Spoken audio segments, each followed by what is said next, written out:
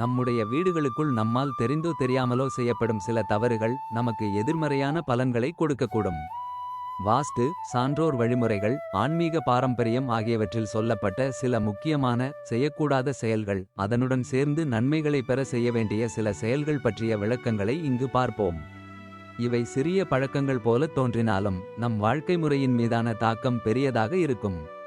நாம் கவனிக்க வேண்டிய முதல் விஷயம், பணம் கொடுக்கும் போது கவனம் தேவை. உங்கள் வீட்டில் உள்ள வாசற்படியில் நின்றபடி பணம் கொடுக்கக்கூடாது. வாசல் என்பது தெய்வீக சக்தி நிறைந்த இடம். அவ்விடத்தில் பணம் கொடுத்தால் அது செல்வ குறைபாட்டை ஏற்படுத்தும் என்று கூறப்படுகிறது. அறைகளில் நுழைந்து அமைதியாக அமர்ந்த பிறகு பணம் கொடுப்பது உகந்தது.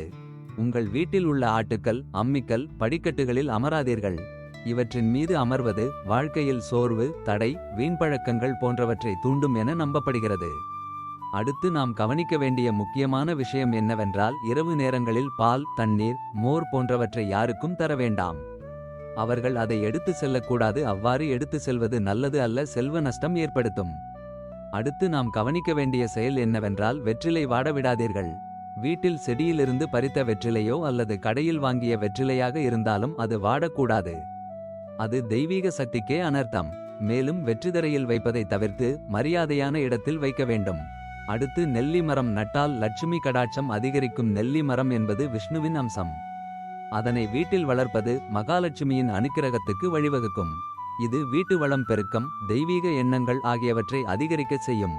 நமது வீட்டில் அரிசி, உப்பு தரையில் கொட்டக்கூடாது. உணவுப் பொருட்களில் முக்கியமானது அரிசி, உப்பு.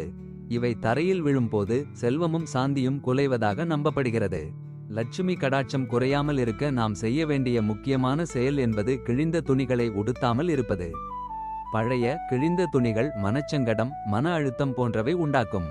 உடுத்திய துணிகளை மீண்டும் தைத்து பயன்படுத்தக்கூடாது. தூய்மையான ஆடைகள் அணிய வேண்டும். நமது வீட்டில் ஏற்றிய விளக்கை ஊதி அணைக்க வேண்டாம். குத்துவிளக்கு, பூஜை விளக்கை வாயால் ஊதி அணைக்கும் பழக்கம் தவறு. அதன் பதிலாக பூவின் உதவியுடன் மெதுவாக அணைக்க வேண்டும். நாம் நமது குடும்பத்தில் யாரையும் சனியன், எழவு என திட்டக்கூடாது. பிறரை சனியன் அல்லது எழவு என திட்டுவது அந்த கிரகம் உங்களை சென்றடையும் என நம்பப்படுகிறது. அதனால் எப்பொழுதும் இனிய வார்த்தைகளை பயன்படுத்த வேண்டும். மேலும் நமது வீட்டில் எப்பொழுதும் மஞ்சள், குங்குமம், கோலம், மாவிலை தோரணம், வெற்றிலை, அகல் விளக்கு, கண்ணாடி, சந்தனம் போன்ற பொருள்கள் குறைவில்லாமல் இருக்க வேண்டும். இவையெல்லாம் மகாலட்சுமி வாசத்திற்கு வழிவகுக்கும். தினமும் நமது வீட்டில் உள்ள துளசி மாடத்திற்கு விளக்கேற்றி சுற்றி வந்தால் நன்மை. அவ்வாறு செய்து வந்தால் நன்மைகள் தொடரும். தினமும் பசுக்களுக்கு உணவு கொடுப்பது புண்ணியம். பசுக்களுக்கு வாழைப்பழம் அல்லது வேறு ஏதாவது நம்மால் முடிந்த உணவுகளை வாங்கி கொடுப்பது பாவநாசம் மற்றும் புண்ணியம். வெள்ளை புறாக்கள் வளர்த்தால் தன வரவு பெருகும். வெள்ளை புறாக்கள் செல்வத்தின் சின்னம். வீட்டில் வளர்த்தால் நல்ல பலன்கள் கிடைக்கும். பூஜை அறையை எப்பொழுதும் சுத்தமாக வைத்திருந்து அதில் தாமரைப்பூ, நெல்லிக்காய், சங்கு போன்றவை வீட்டில் வைத்தால் சுபிஷம் கிடைக்கும். அதிகாலையில் எழுந்து சாமி படங்களை பாருங்கள். காலை எழுந்தவுடன் கோயில் கோபுரம், பூக்கள், சாமி படங்கள், உள்ளங்கை போன்றவை பார்த்தால் நாள் முழுவதும் நன்மைகள் நிலவுமென நம்பப்படுகிறது. நம் முன்னோர்கள் சொல்லி வைத்த இந்த வழிமுறைகள் வெறும் பழக்கங்களோ கட்டாய விதிகளோ அல்ல.